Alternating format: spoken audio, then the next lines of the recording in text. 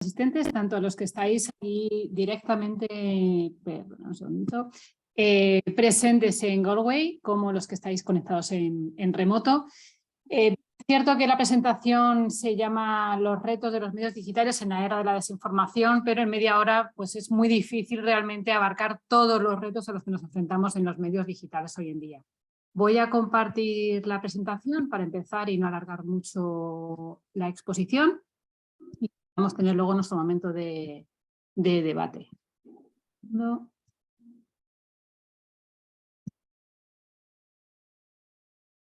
¿Se ve la presentación ahí en la sala? Sí, sí. Vale, perfecto. Como os decía, sale el título de la ponencia, Retos de los medios digitales en la era de la desinformación. Es bien complicado en media hora solamente abarcar todos. Por lo tanto, vamos a centrarnos, o yo me quisiera centrar en dos puntuales. Primero vamos a pasarnos en desde qué punto de partida salimos. ¿Vale? En los últimos 10, 15 años se está hablando cada vez mucho más de esta democratización de la información, bien debido a todas las redes sociales, a la globalización del uso de Internet, incluso el alcance cada vez mayor a través de los smartphones y de los nuevos dispositivos electrónicos al alcance de cualquier persona. Y en paralelo, la desconfianza por parte de la sociedad cada vez mayor de los medios de comunicación, bien porque nos lo hemos podido ir ganando a pulso a lo largo de toda nuestra historia, o bien por este nuevo paradigma informativo que está surgiendo en la última década. Como os decía, yo me quería centrar básicamente en dos puntos, principalmente hoy. Por un lado es la confrontación entre lo que mal llamamos, desde mi punto de vista, periodismo ciudadano y el contenido generado por el usuario. Y por otro lado, la desinformación o mal llamadas noticias falsas, que luego también explicaré un poquito. Tanto a mis alumnos como en otros foros con compañeros académicos, cuando surge el término de periodismo ciudadano, de citizen journalism, yo siempre abogo a que si nosotros mismos llamamos periodismo ciudadano, estamos ya quitando nuestro valor. Deberíamos dejar de llamar periodismo ciudadano a un contenido que es generado por un usuario. ¿De acuerdo? ¿Por qué? Porque el periodismo, como todos sabemos, es mucho más. Y si nosotros, periodistas, y desde los propios medios de comunicación le quitamos esa labor que hacemos de un trabajo previo, de una elaboración previa para saber qué es lo que está pasando, por qué está pasando, cómo está pasando, cuáles son las consecuencias de lo que está ocurriendo, borramos de un golpe todo eso, realmente nuestra labor como bien social a la comunidad la estamos perdiendo. ¿Vale? Por lo tanto, debemos siempre intentar utilizar el término claro que es contenido generado por usuario y en el que nosotros como periodistas, los medios de comunicación, obviamente nos hacemos un buen uso de él. Esta imagen fue uno de los hitos que causó que el mundo entero empezara a ser mucho más consciente de que vivíamos realmente en un mundo, en un único mundo, en una tierra global, en una tierra redonda. ¿Vale? Esta imagen es, para recordar, en 1966, una de las primeras imágenes que tenemos de la Tierra desde la Luna. Y esta imagen, cuando se empezó a difundir, fue cuando realmente las personas empezaron a ser conscientes en esta nueva era o en este mundo en el que estaba viviendo. ¿Qué ocurrió después? Que esta foto del 2010, en la que Facebook plasmó todas las conexiones que había desde todos los perfiles de usuarios que había en todo el mundo, es cuando se empezó a ser consciente del verdadero alcance que se estaba teniendo en esta interconexión a través de las redes sociales en todo el mundo. En este mapa tan brillante, que obviamente vemos zonas bastante oscuras, hemos pasado de que en esta foto había en torno a unos 500 millones de usuarios en Facebook. Hoy en día creo que estamos a punto de alcanzar los 3.000 millones de usuarios en Facebook. O sea, esto obviamente habría que sumarle los usuarios de TikTok y usuarios de Instagram, que cada vez están creciendo mucho más. Si no digo mal la cifra, los de TikTok ya tienen que estar en torno a los 1.000 millones de usuarios. ¿A qué nos lleva todo esto? Al primer punto que hablamos del punto de partida, ¿vale? De esta democratización, de este poner al alcance de cualquier ciudadano del mundo no solamente la información de cualquier parte de este mundo terráqueo en el que vivimos, sino se le está dando la opción a que puedan compartir desde cualquier esquinita del mundo la información y de lo que está ocurriendo en esos lugares. ¿Qué nos lleva? a tener imágenes en las que ya muchas veces dudamos de si esta imagen está hecha por un profesional de un medio de comunicación o simplemente está tomada por un usuario que en ese momento está viviendo esta situación, la comparte en redes sociales y es entonces cuando el medio de comunicación se hace eco o capta esta imagen y empieza a difundir como contenido propio. Me gusta a mí siempre remontar a las situaciones reales, ¿vale? A lo que vivimos, a los que estamos viendo. En esta imagen vemos obviamente un edificio derruido. Lo que estamos viendo actualmente con Ucrania podríamos decir que podría ser cualquier edificio de Ucrania, pero este edificio está en Alepo, en Siria. Vale, esta imagen es del 2016 y fue a partir de aquí cuando se empezó todavía a hacer mucha más fuerte la capacidad de las redes sociales para ir en paralelo a los medios de comunicación. Esta imagen, este perfil de Van Alavet, no es el de otro más que el de una niña de 7 años que empezó a retransmitir, obviamente, con la ayuda de su madre, lo que estaba ocurriendo en su ciudad natal, en Alepo. Todos los días ella subía vídeos y subía fotos de lo que le rodeaba y muchos de estos contenidos llegaron incluso a tener mucha más repercusión que el contenido que realmente estaban subiendo los medios de comunicación. ¿Qué es lo que nos hace diferente? Lo que está haciendo diferente realmente está dando su visión de lo que está realmente ocurriendo.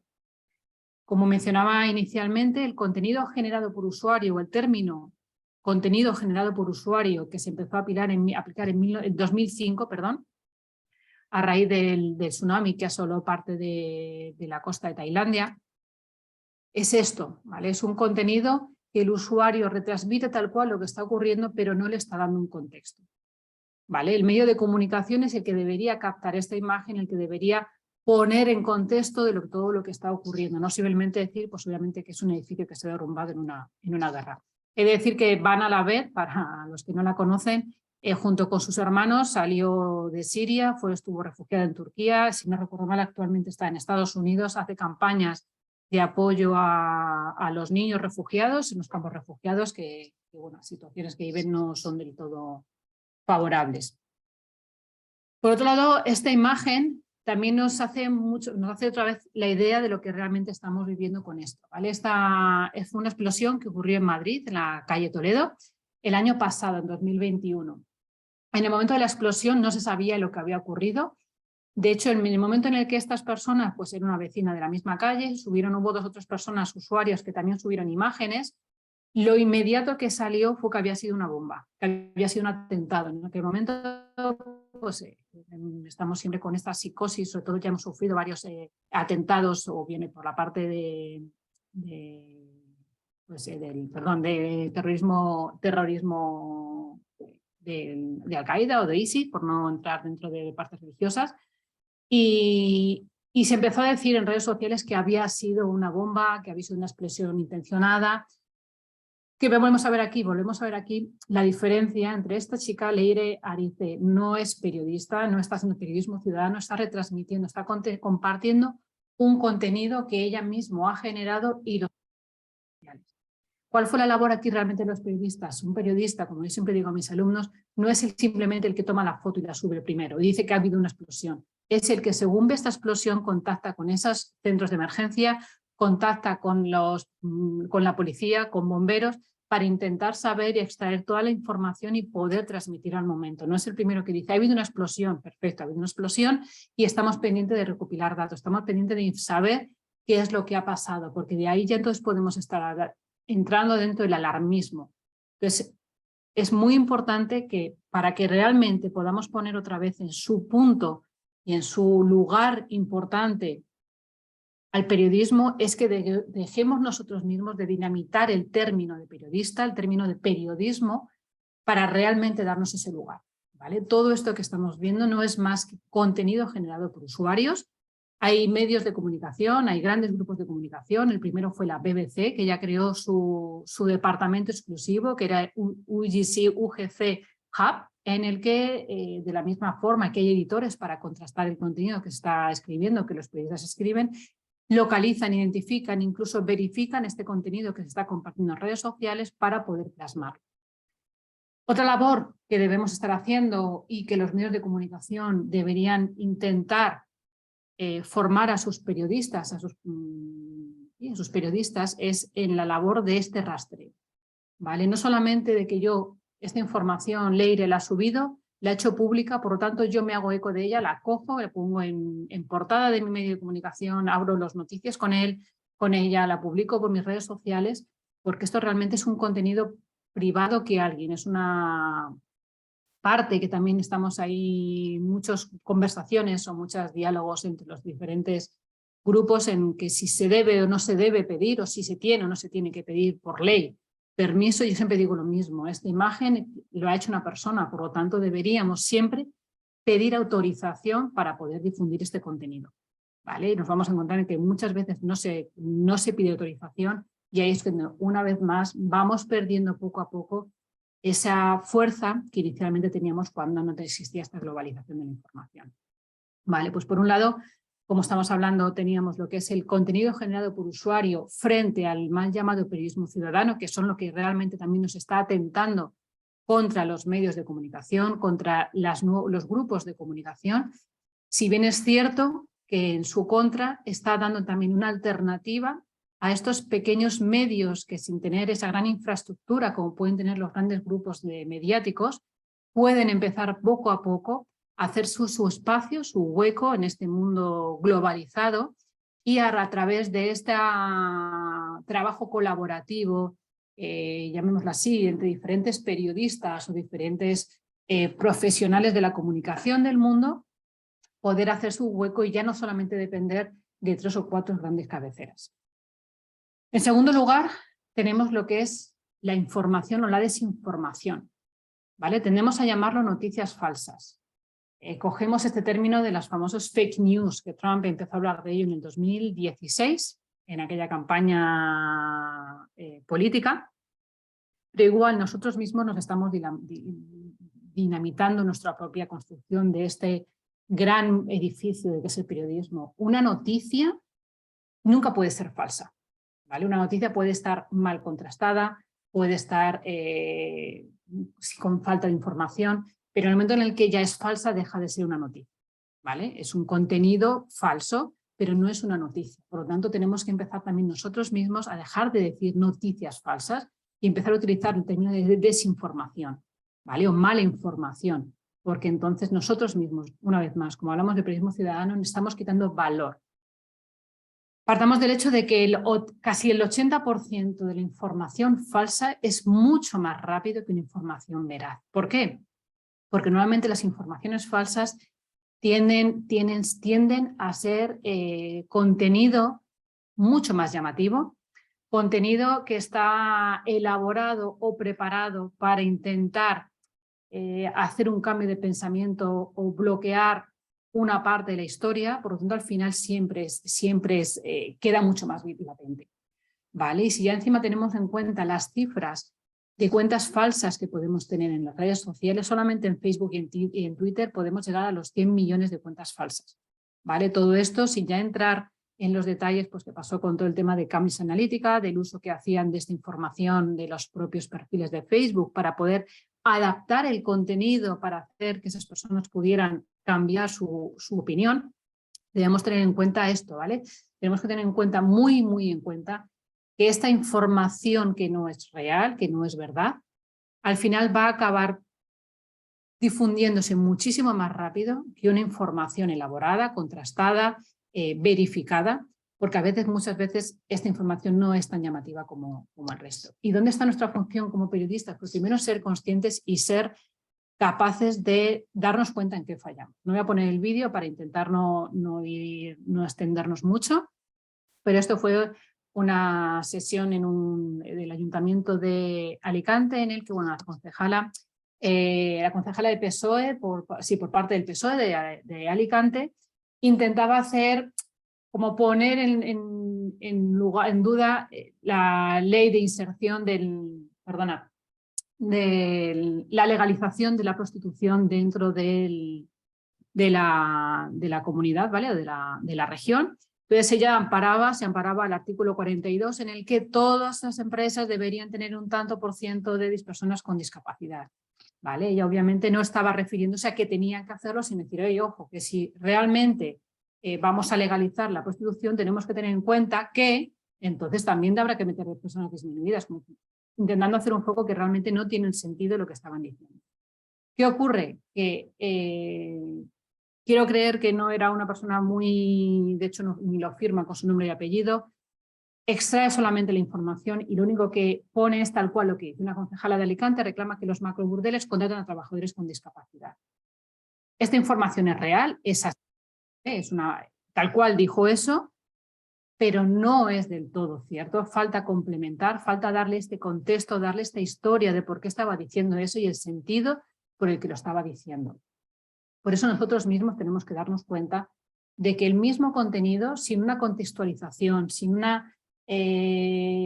análisis previo incluso, o unos conocimientos culturales mínimos, podemos incluso dar la vuelta a lo que estamos contando. ¿Vale? Y obviamente el tema de las imágenes. Las imágenes hoy en día vivimos, que lo estaban comentando en otras ponencias, vivimos en una sociedad en la que cada vez somos mucho más visuales. Las nuevas generaciones, su consumo cada vez es mucho más audiovisual y interactivo.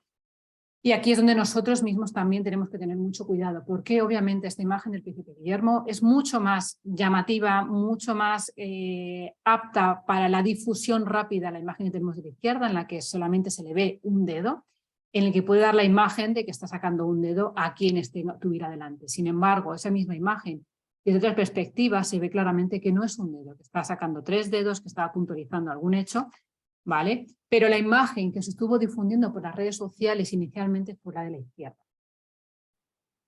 ¿Qué nos ocurre con todo esto? Pues incluso vamos a ir llevándolo ya al terreno más actual, que es actual. Hoy en día, con la guerra de Ucrania, tenemos un material enorme para poder darnos cuenta de lo que está ocurriendo. Una de las nuevas técnicas que tenemos que empezar o que deberíamos de implementar en todos los medios de comunicación hoy en día es lo que llaman OSINT, que es la inteligencia de fuentes abiertas, Open Source Intelligence, que es el uso de técnicas y tecnologías abiertas, es decir, que no hay que pagar previamente por ello para poder verificar y comprobar la información que estamos viendo. ¿Vale? En la parte de la izquierda estamos viendo un tuit, obviamente por parte de un canal ruso, en el que hace un comentario como que los soldados ucranianos están haciendo uso de ambulancias para transportarse ellos mismos de un lugar a otro, ¿vale? Y eso, bueno, pues entró dentro de crímenes de guerra porque están utilizando al pueblo como pantalla, como muro de protección para poder ellos seguir, ¿vale? Entonces, bueno, enseñan un pequeño vídeo de unos segundos en los que efectivamente se ven unos soldados con sus metralletas colgadas del hombro bajar de esa ambulancia. ¿Qué ocurre? Que se hace un trabajo posterior de este vídeo de Al Jazeera, en el que a través de unas simples imágenes de Street View de Google Maps, se puede, vemos pues otras imágenes y lo veis aquí, se ve un edificio, se va buscando, van analizando por el texto, por lo que aparece en las noticias, como lo estaban poniendo, encuentran finalmente a qué edificio corresponde esta imagen, obviamente es una imagen anterior, de 2019, y a través de esta unión de diferentes imágenes, ¿vale? Acaban localizando incluso otros vídeos de otros medios de comunicación de ese mismo momento, ¿vale? En el que se ve, ya no solamente estamos viendo, como vemos aquí, la ambulancia con el edificio al fondo en el que están transmitiendo desde Al Jazeera, ¿vale? Sino que se ve los momentos previos y posteriores a esta imagen que estaban compartiendo desde los canales prorrusos. En el que no solamente es que estén saliendo efectivamente unos soldados de esa ambulancia, sino que estos soldados estaban ayudando a transportar víctimas que habían sido atacadas, ¿vale? En nuestra región, por eso se incluye la imagen de Google Maps para poder ver dónde estaban cada una de las zonas. Otra región que había sido atacada por los rusos y estaban ayudando a transportar y evacuar a estos ciudadanos, ¿vale? Por lo tanto, ya no estamos entrando dentro de un crimen de guerra, porque los soldados sí pueden ayudar a evacuar a civiles cuando se está velando por su seguridad, que es lo que estaba ocurriendo, ¿vale? ¿Cómo han hecho esto? Pues igualmente a través de diferentes imágenes, de otros vídeos en los que se ve pues, una tienda de campaña militar, sanitaria dentro de ese hospital, en el que se ve efectivamente a este soldado con su banda azul ayudando a bajar a esta mujer de la ambulancia, los que se ve en este vídeo mismo, ¿vale? Entonces se puede comprobar que realmente no es que estén utilizándolo para transportarse, sino que en este momento estaban intentando ayudar a evacuar víctimas civiles de un ataque en una de las zonas de Ucrania. Vamos a llevarlo a otros planos incluso mucho más, no tan dramático, ¿vale? Y esta imagen se difundió en septiembre del 2020, en el que, bueno, no han empezado los rojillos a manifestarse y el suelo está lleno de suciedad.